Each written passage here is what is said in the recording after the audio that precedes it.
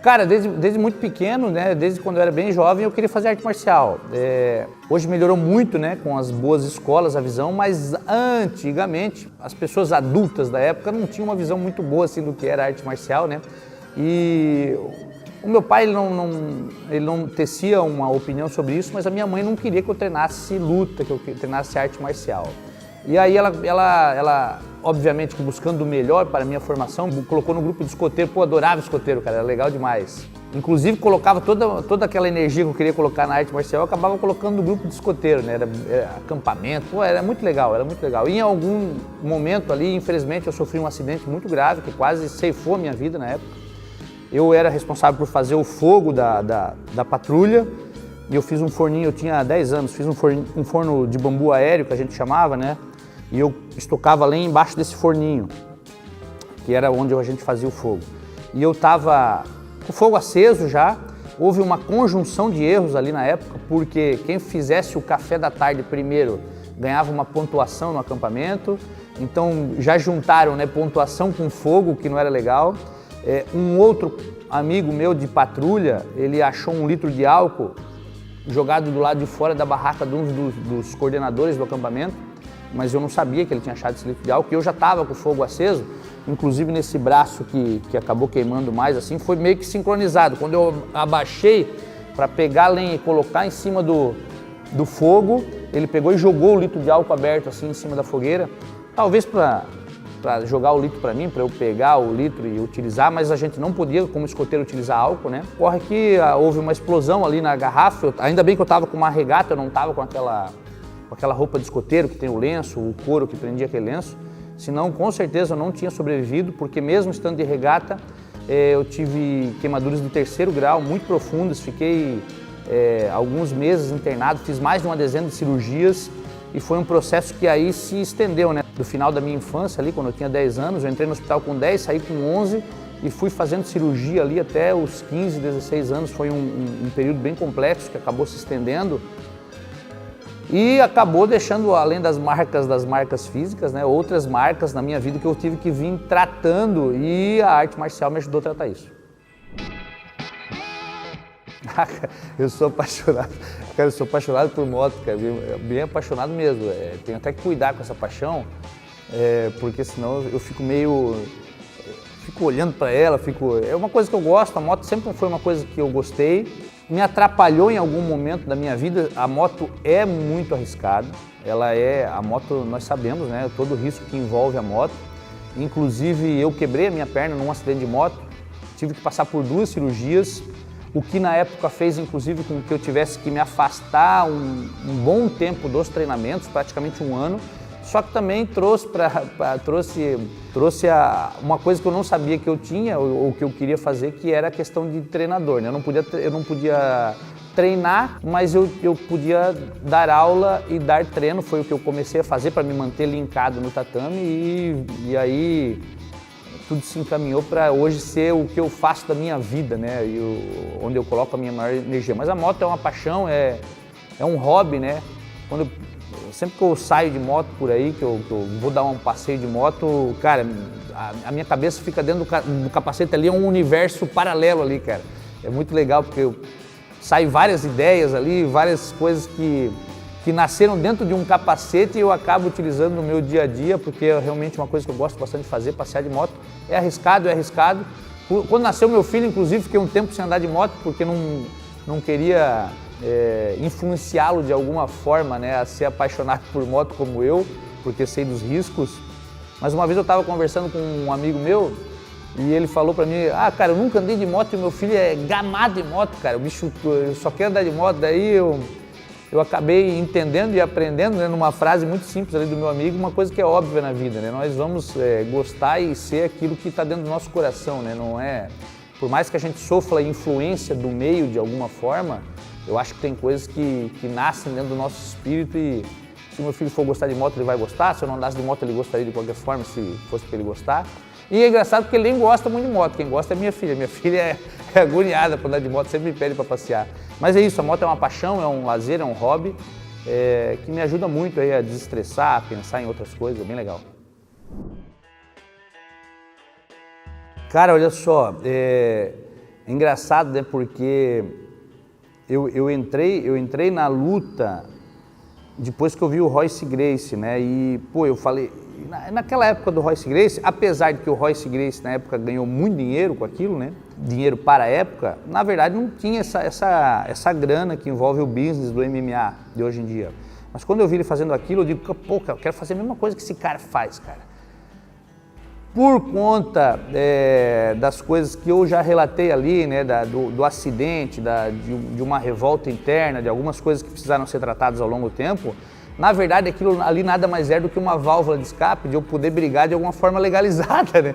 Porque eu precisava condensar essa agressividade. E aí o MMA foi a válvula de escape, digamos assim, e o que realmente fazia com que eu conseguisse colocar toda aquela minha agressividade em algum ambiente. Na época, na nossa cidade, nós estávamos totalmente engatinhando nessa situação de MMA. Eu era um faixa azul de jiu-jitsu e treinava luta em pé. Nós não tínhamos o treino de MMA, né, como é hoje, um treinamento direcionado para MMA.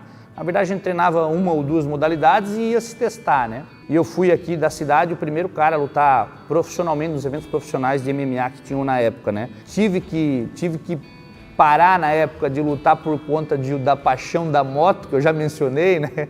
Infelizmente eu quebrei a minha perna no acidente de moto, fiz 2 cirurgias. E quando eu vi o universo meio que se encaminhou para isso, eu não queria dar aula de forma nenhuma. Mas como eu não conseguia mais treinar, eu comecei a puxar aulas. E não era o que eu queria fazer, mas foi uma paixão que nasceu dentro de mim. E eu percebi ali também uma habilidade para dar aula, né? As pessoas falam muito hoje da minha didática, foi uma coisa que eu percebi meio que por acaso, porque a ideia era só lutar mesmo, né? E os eventos na época eram bem diferentes do que eram hoje, né? Os eventos, os rounds eram de 10 minutos. Eu cheguei a lutar um evento que o Pelé Land fez, que era o The Original Challenge Vale Tudo. Valia cotovelada, pisada, só não valia cadeirado, acho. Se a cadeira estivesse dentro do ringue era capaz de valer também. Mas era bem diferente do que era hoje, né? E na verdade na época foi uma forma de eu destilar um pouco dessa agressividade, então que eu precisava me livrar dela, né?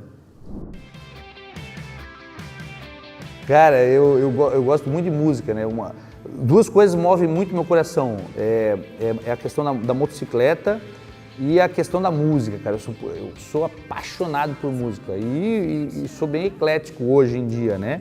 Inclusive sonoridade e moto tem muito a ver, né? Porque, pô, o motor da moto ali tem um som bem massa ali, cara. Às vezes tá chovendo demais aqui na nossa região, chove bastante, eu ligo a moto lá e fico sentado olhando para ela, só escutando ali o motor trabalhar, porque tem uma sonoridade muito louca ali também, né? E eu gosto muito de música. Cheguei lá na minha juventude a participar de algumas bandas ali locais, né? Nós tínhamos uma banda de rock, aquela coisa bem de garagem mesmo, era bem legal. Na cidade aqui tinha um bar extinto aí, que é o Cais 90. Quem for de Joinville aí, que estiver vendo esse vídeo, eu não sei em que lugar do mundo você está, mas quem for de Joinville vai lembrar do Cais 90. O Cais 90 era o bar mais tradicional que tinha de rock and roll aí na cidade. E eu tive a oportunidade de cantar 2 ou 3 vezes lá, foi bem legal. E é isso aí, a música é uma paixão, uma coisa que move meu coração, eu gosto bastante. Não vai rolar uma palhinha, não? Pô, aí complicou, meu, eu tô com a garganta arranhando. Uma nova história Deus tem pra mim. Já que tu pediu a palhinha, eu não dei, né? Vai. Um novo tempo Deus tem pra mim. Tudo aquilo que perdido foi. É isso aí, cara. Cara, eu costumo dizer que a questão espiritual é determinante para a gente encontrar o equilíbrio na vida, né? O esporte muda a vida, a luta muda a vida, volto a dizer, se ela for bem direcionada. Ainda assim, um espírito que não esteja controlado não vai sofrer muita influência dessas atividades.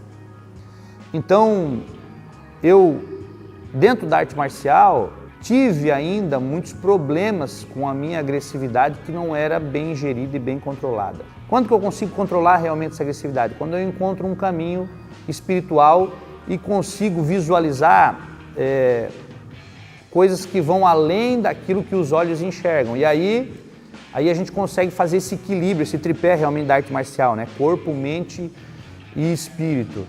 Então, em algum momento, eu decidi trilhar um caminho espiritual diferente, o que me levou também a mudar a minha visão com relação à necessidade da nossa ação em meios de responsabilidade social. E aí eu pego a luta e acabo também levando para o ambiente social, motivado por esse caminho espiritual que eu acabei escolhendo, né? E aí nasce uma nova paixão, nasce uma nova chama dentro de mim, que faz com que eu veja a luta de forma mais integral, mais global. A coisa ela fica um pouco maior do que única e exclusivamente a luta pela luta, né? Que era uma coisa que era o meu foco no início, né? Eu comecei querendo ser lutador, acabei sofrendo um acidente. Esse acidente fez com que, de uma hora para outra, eu virasse treinador e desenvolvi um bom papel como treinador por conta de uma didática, sei lá, algo que talvez já tenha nascido comigo, não sei, mas eu também sou alguém muito curioso, que gosta de estudar muito. Mas ainda como treinador, focado só na luta pela luta mesmo, no resultado, né?